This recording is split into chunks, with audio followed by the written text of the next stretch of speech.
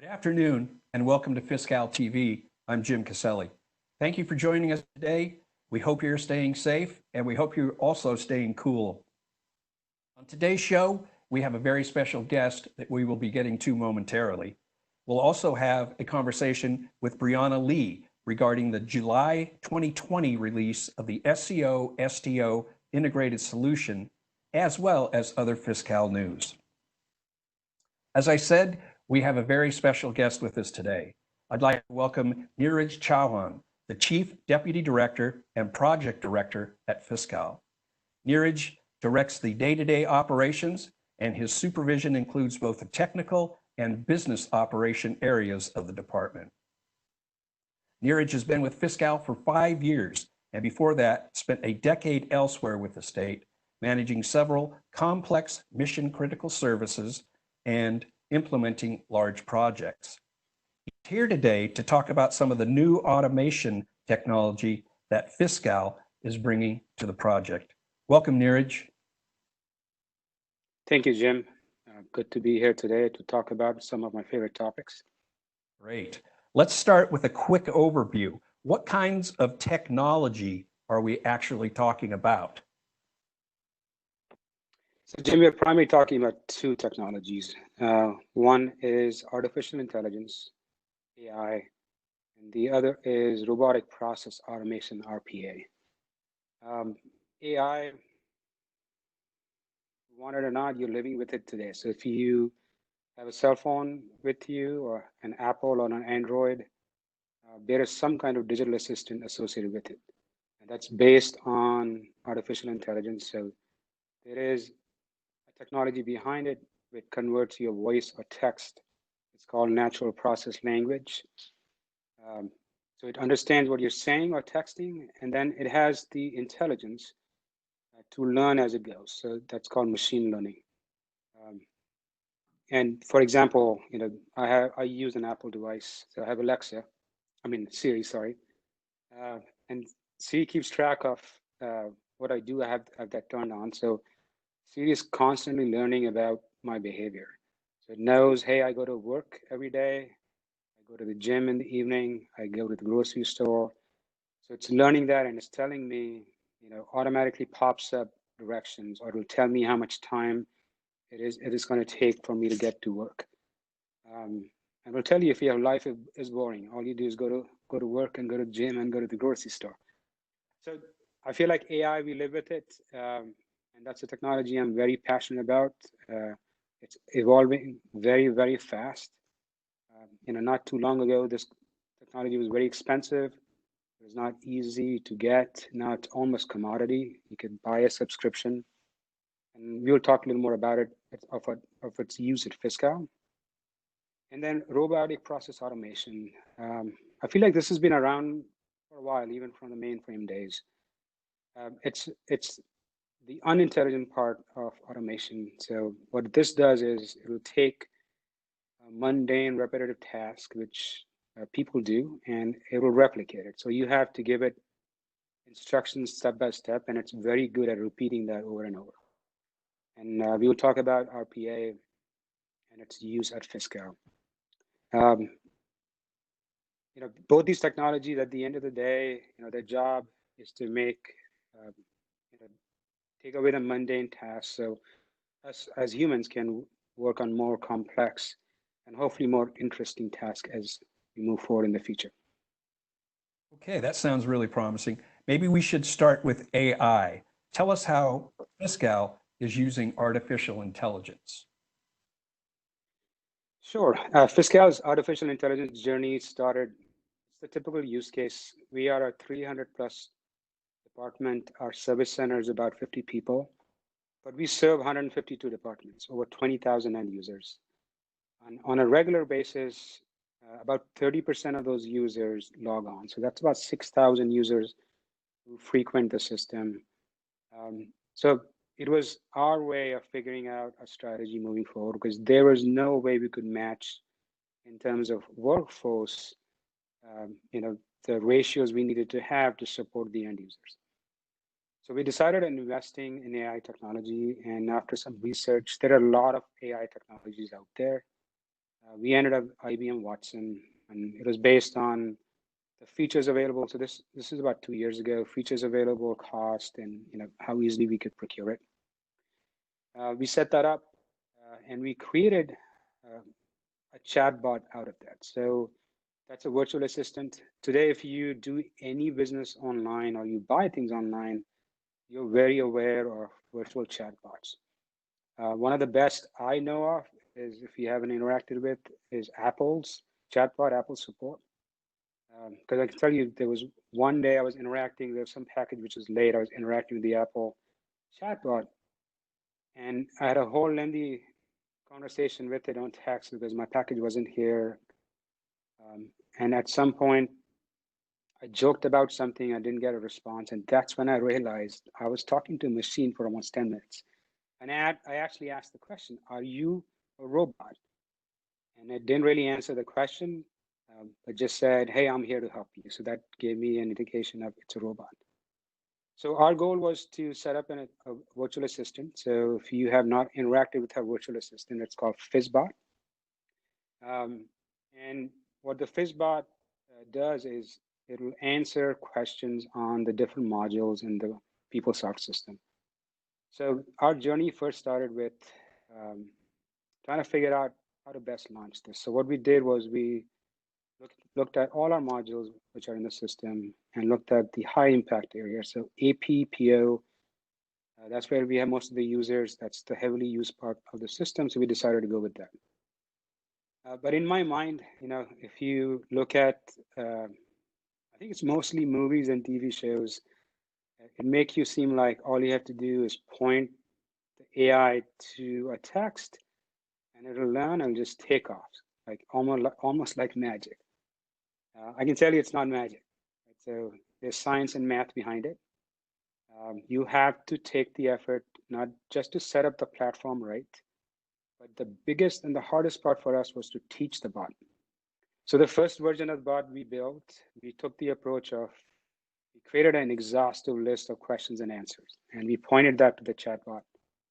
IBM Watson learned that, and then we played around with it. So a question could be, how do I create a purchase order? And there was an answer to it, and we put that in. But you could ask that question many different ways, right? So you could ask that question from a point of just being frustrated. So you've been in the PeopleSoft system, you're navigating the screen, and you're not getting somewhere. So maybe you're angry. So you're typing in there, hey, I've been in the system for a long time. I can't get to this screen. I don't like what I see. There's a lot of emotions. And then you're asking somewhere in there, how do I create a purchase order? So our hit ratio initially was not that high because we struggled trying to figure out the intent of the user in the question. So typically how you train a chatbot, there are 3 terms. I promise you this is the only technical information I'm going to share today. There's something called utterance. Utterance is what a human will ask of a chatbot. So it could be any question. Hey, how do I create a purchase order? And there are 2 different concepts. One is called entities. So entities these are the actionable items from that question, which I'm going to pick up. So when I say, how do I create a purchase order, create and purchase order will be 2 entities I'm going to pick up. Then I have to form an intent out of that. So the intent would be to create a PO. So this is what the AI is looking for. It's looking for the intent of creating a PO so you can go fetch the answer and show that to you. We realized, the short time frame we were trying to launch the chatbot, trying to train it to have the tolerance to understand emotions and everything else would take us a long time. So we pivoted a little. And if you might have seen this with some of the vendors you might do business with. So it's more dialogue-based interaction now. So it will ask you leading questions. So you don't have to formulate the question. So you log on to FizzBot and it will say, how can I help you today? And it'll list the 4 or 5 modules we help you with. You can click the module and then it'll ask you more leading questions, or you can free type some questions and it'll kind of lead you dialogue based to the right answer. And that for us was very successful. And where we are today is we have quite a few modules in the system. I would highly recommend you to go out and check out our FizzBot. and because it's getting smarter by the day. And it's this structured learning process which we are using with the chatbot, so it's evolving and getting smarter all the time. I can echo what you're saying. I was fortunate enough to sit in on a demonstration of FizzBot yesterday, and from the time I became aware of it until even now, which is not that long, it's amazing at how far it's come. It's really incredible. And again, as Neeraj says, please take advantage of it. I think you'll be surprised at how far it's come, and it's going to keep going. So, and I also have been under the impression that RPA is just as complicated. Can you give us some examples of where we're using that? Sure. Robotic process automation, the journey for that for us started with, when we brought on the 152 departments in phases and waves. So our last phase, which we're bringing on a lot of complex and large departments. I think we had about 60 departments we're bringing on. There are many technical tasks as a department you have to do. So data conversion is one big task. And then believe it or not, loading all your vendors is also a big task. So if you as a department today do business with, say, 1,000 vendors, to load the 1,000 vendors into the system, you have to go through a process where you submit a form called 204 for the vendor. It goes to a vendor managing group who reviews the form, then enters the form into a database. If there are questions, they'll go back to you and ask a question. Then it gets entered, so now it's available for you in the system to use it. So we had two departments, covered California and Cal Fire, and they both had thousands of vendors they had to load. So we quickly did the math. We said, all right, we have to load this into the system. If we followed the traditional path of human beings submitting each one of these requests and then somebody processing it and then responding back and all the confirmation back and forth, it was going to take us months, each department, maybe a year. So for sure, we were going to blow our July date of bringing the two departments onto the system. And we only had one shot to bring the departments on. So we looked at robotic process automation.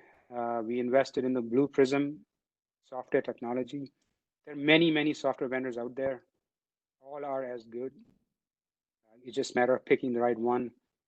A lot of time in state government, procurement becomes the hardest part. So for us, picking the right product and then figuring out how to buy it was the hardest part. We set that up, and then we set up this robot. So basically, it's a software program where you teach it, saying, this is what, you in this case, we filled out a spreadsheet with everybody's address and name, and then we worked with the vendor management group, and this robot ran, and it loaded, I'm gonna give you a stat here, about 10,552 vendors were uploaded in about 18 days. So that was months and months of time saved and thousands of man hours saved in terms of doing this critical function. So you can see, Jim, how RPA can add value wherever it can. Yeah, you certainly can. That's incredible. I'd also like to let our viewers know right now, if you have any questions for Neeraj, please send them in. And if we have time, Neeraj will definitely get to those. And since we're talking about RPA, are there any other ways that Fiscal is putting it to use at this time?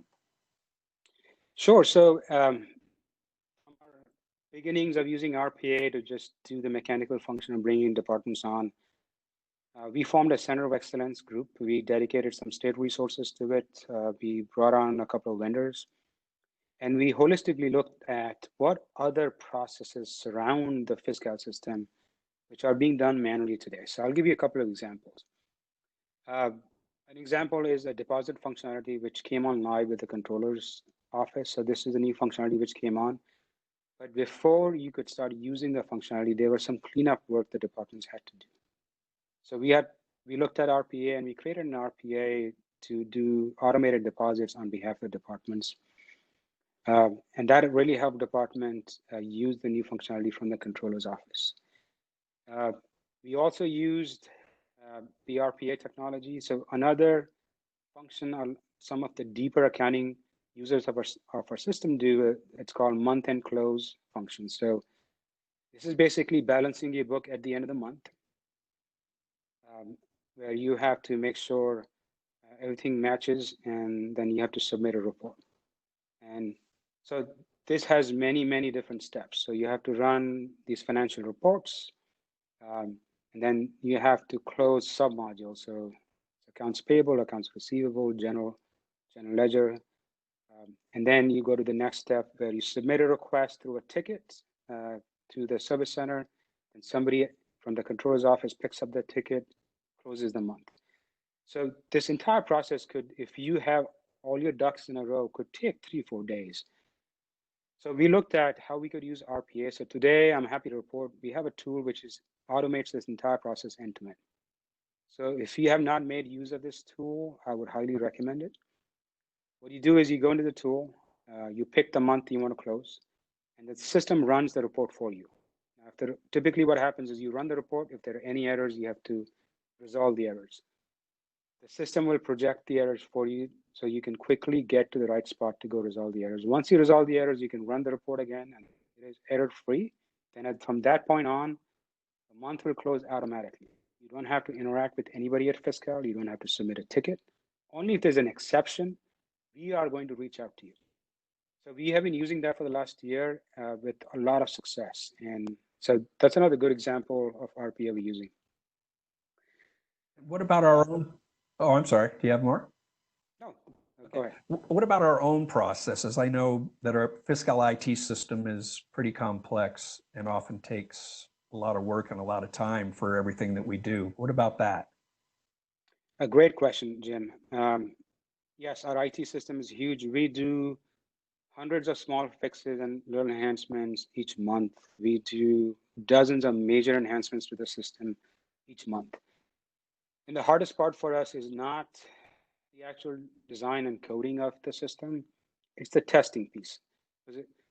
The Fiscal system is made up of over 40,000 different database tables. It has different coding objects. So, and it's one big machine. So before you touch any part of this machine, and before we release that back out to you to use, we have to make sure it didn't break anything else. So it's called regression testing. And I can give you stats on, if we touched a deeper part of the system, which might impact hundreds of objects, you can take, let's just say a script takes a couple of hours to execute.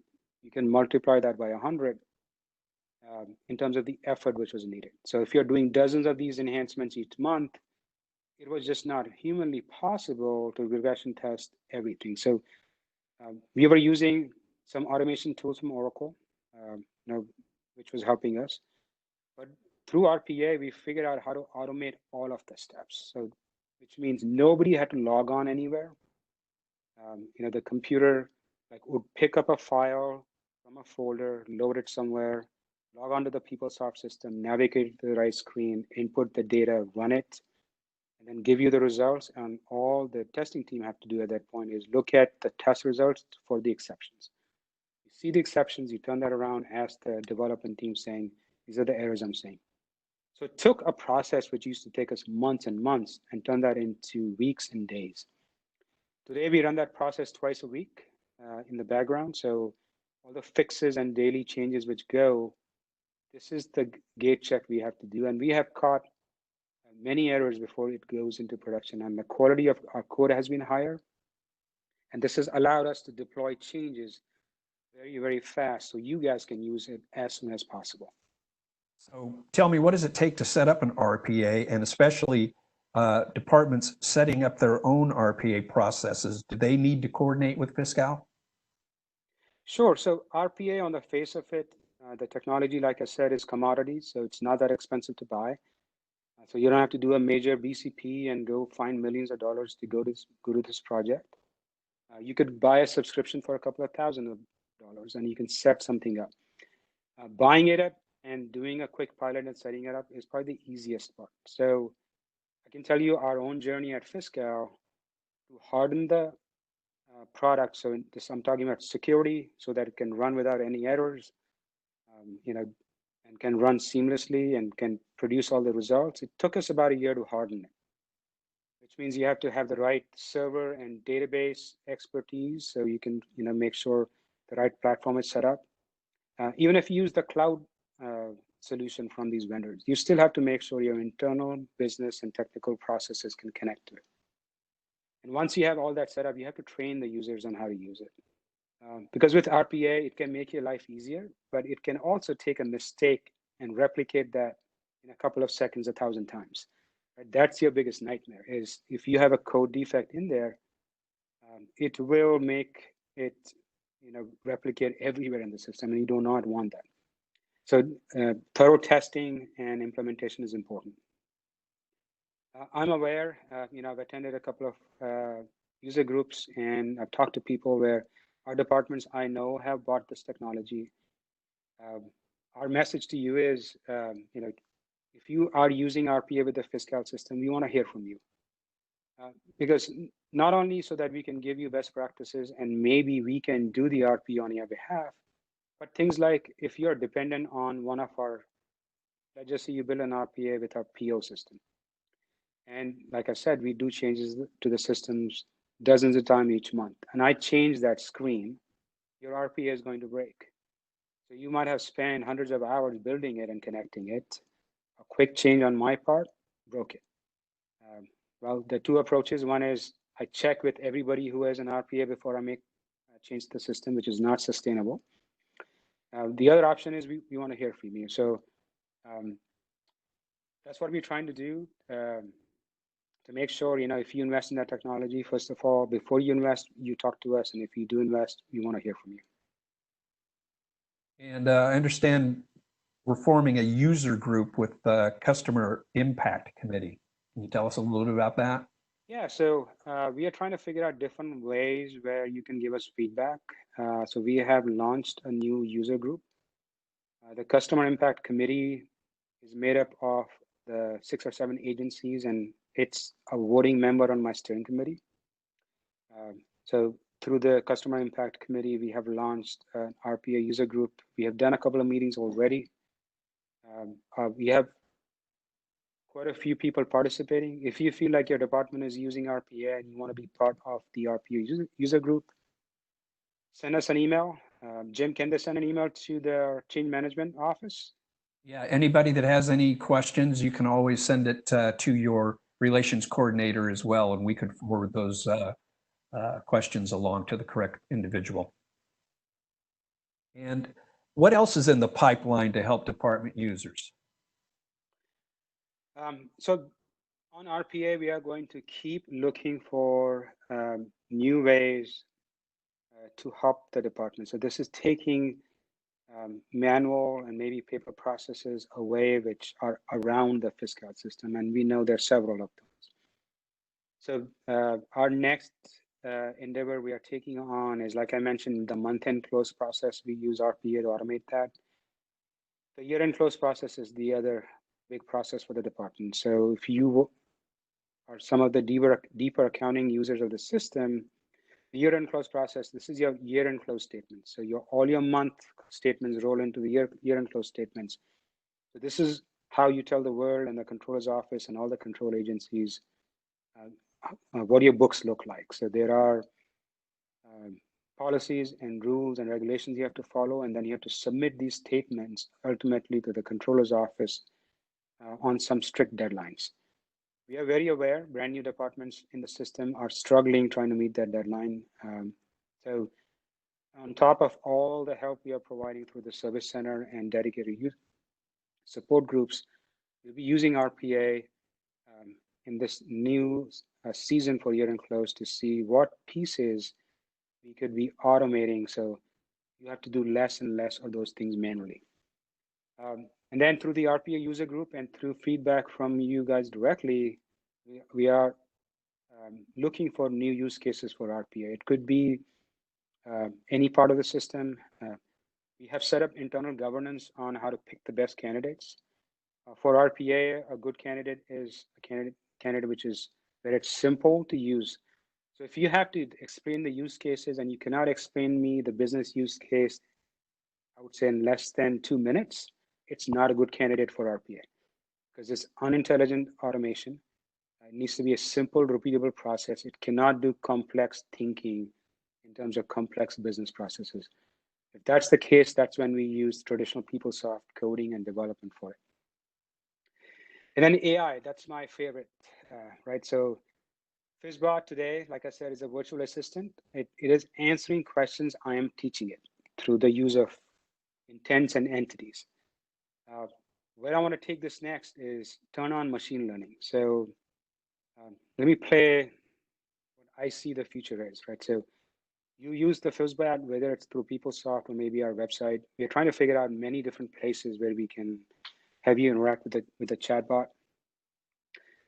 You text with the chatbot or you talk to the chatbot like you do with Alexa and Siri. And you ask it a question. It could be, how do I create a purchase order? But on the back end, AI knows you are on the purchase order screen. It knows what your name is. It knows how long you've been in the system. It knows how many tickets you have opened with the service desk. It knows what the issues you face. So it's going to try to answer the question for you. And if it cannot, it's going to do a live handoff to an actual service agent on the back end. And the service agent, when it takes the call, knows all this intelligent information about you.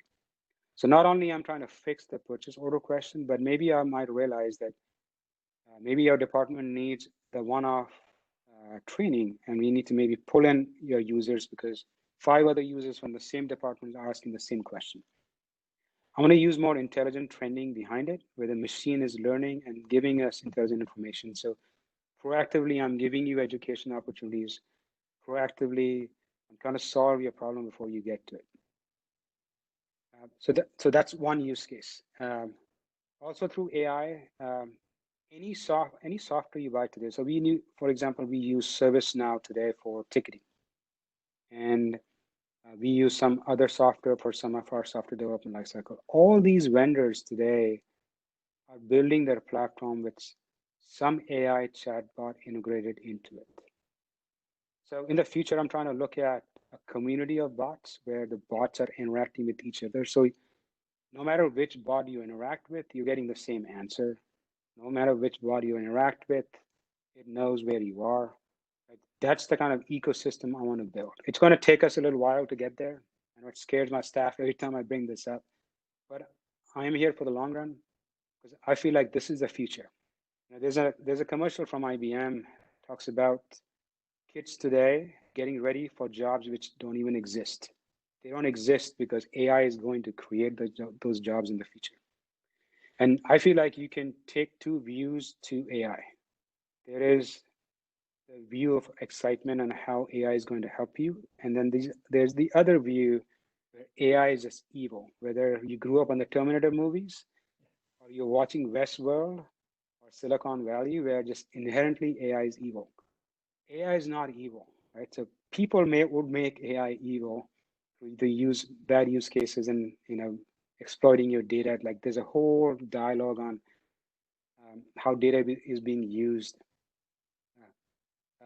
AI does not have its own emotions. Westworld might tell you it does, and it's going to destroy human race. No, I feel like that's our future. It's going to make things like medical science more accessible to people.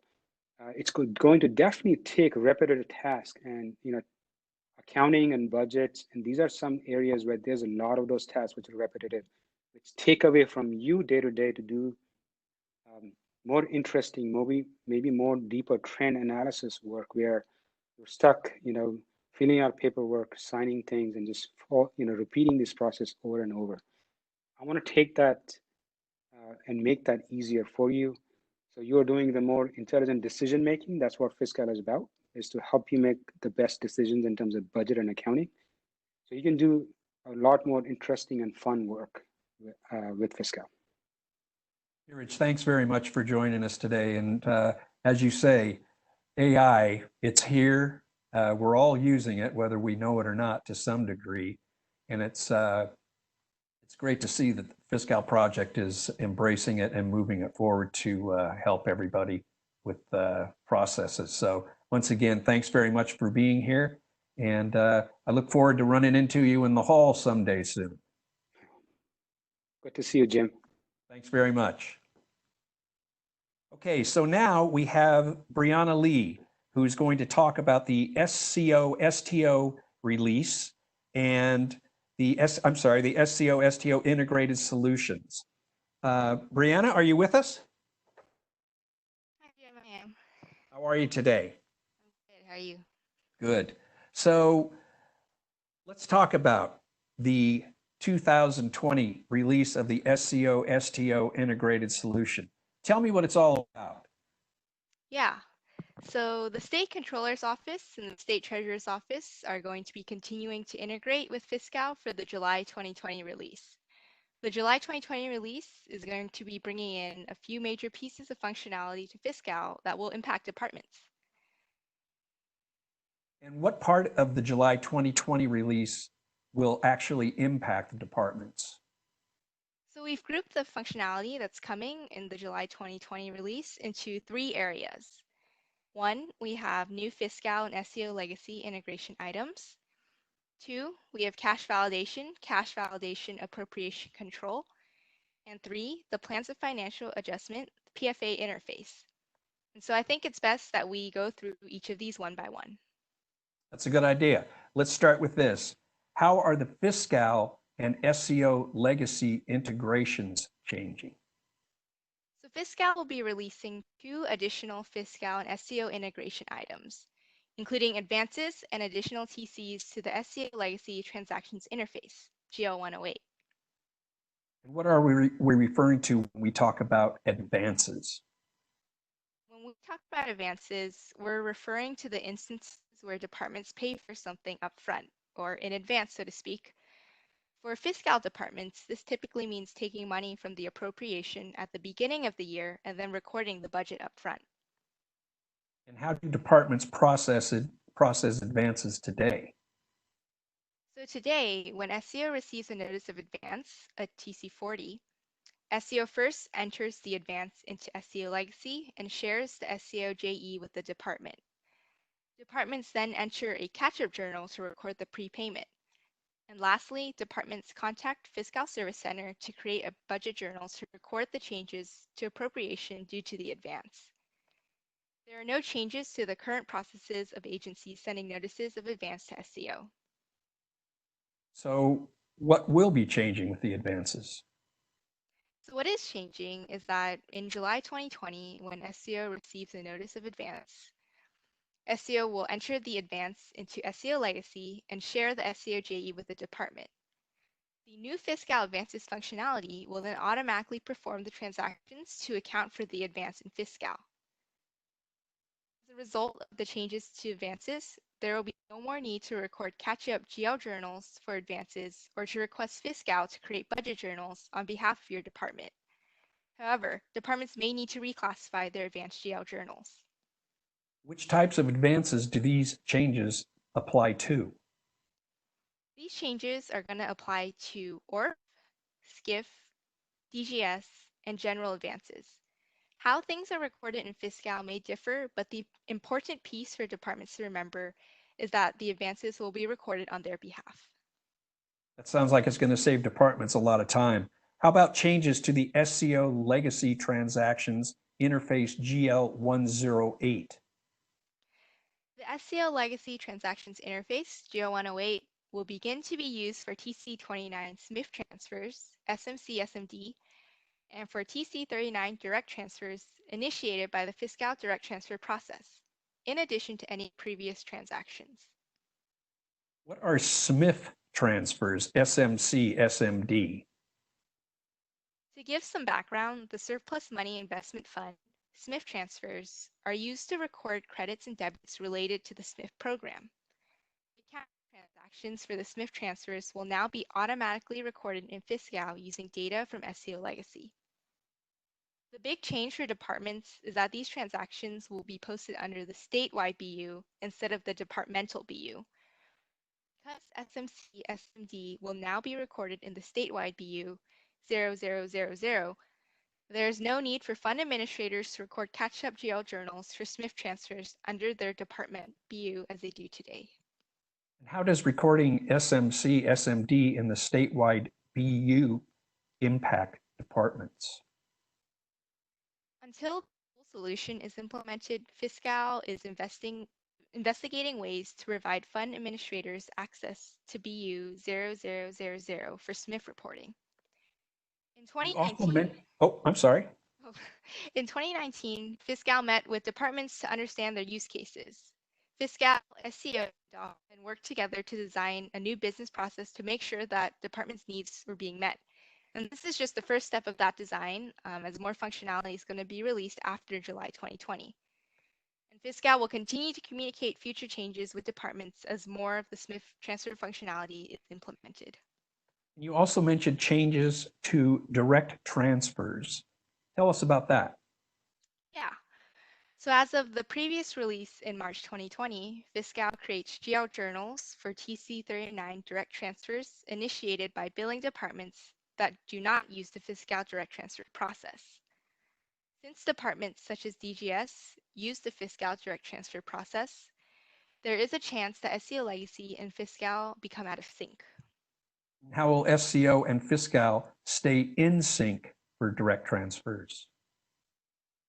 The July 2020 release, TC39 direct transfers initiated by a billing department using the Fiscal direct transfer process will post the GL the same night they post in Legacy in order to keep SCO Legacy and Fiscal in sync. Once the transaction in the AP or AR submodule has posted for your department, Fiscal will automatically reverse out the GL108 GL journal. The key takeaway of this is that there's going to be no additional new action needed for this process, but departments should remember that they will still be responsible for reviewing the transaction build errors to facilitate the transaction posting. Okay, and how will a department know which direct transfers are impacted by this change? The best way for departments to know is by the document ID. Currently, this change only applies to direct transfers with the document ID FGS, as DGS is the only billing department that currently uses the Fiscal direct transfer process. Let's talk about cache validation and cache validation appropriation control. When I first heard about that, it seemed like it would be a big impact on departments. What do they need to know? The most important thing that departments need to know is that there is going to be no change to the current process from the July 2020 release. Oh, no change is good. So tell me, what is that current process? So today, departments use Fiscal to process payments, and SCO validates that there is enough fund cache and appropriation authority available to cover the payment or movement of the fund cache in SCO Legacy. If SCO determines that there is not enough fund cache and appropriation authority to cover the payment or transaction, they either void the transaction and notify departments of the non-sufficient funds, the NSF, or they contact the departments to take appropriate action. And to reiterate, everything I just said is going to stay the same in July. So what will be changing? So to support the SCO validations, Fiscal is adding a new functionality called CVCVAC to track that there's enough fund cache and appropriation authority to complete transactions directly in Fiscal. In July, your department may see CVCVAC related warnings if Fiscal identifies that there is not enough fund cache or appropriation authority, but your transaction activity will not be prevented.